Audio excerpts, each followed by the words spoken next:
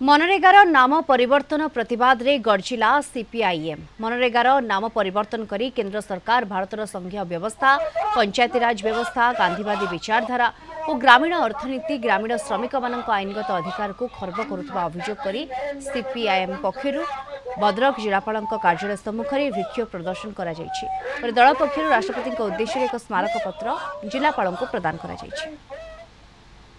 2005 मसीह ऐतिहासिक Mahatma Gandhi national rural employment guarantee act जोटा कि संविधान एक स्टाट्यूट ताकू केंद्र सरकार पार्लियामेंट भितर 62 जन वामपंथी सांसद मान समर्थन रे ताको पारित कराइथिले।